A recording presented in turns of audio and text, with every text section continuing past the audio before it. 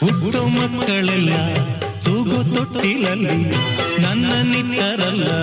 ತಿಪ್ಪೆ ತೊಟ್ಟಿಯಲ್ಲಿ ನಾನು ಏನು ಪಾಪ ಮಾಡಿದೆ ಅರ್ಧರಾತ್ರಿಯಲ್ಲಿ ಅರ್ಧ ನಿದ್ದೆಯಲ್ಲಿ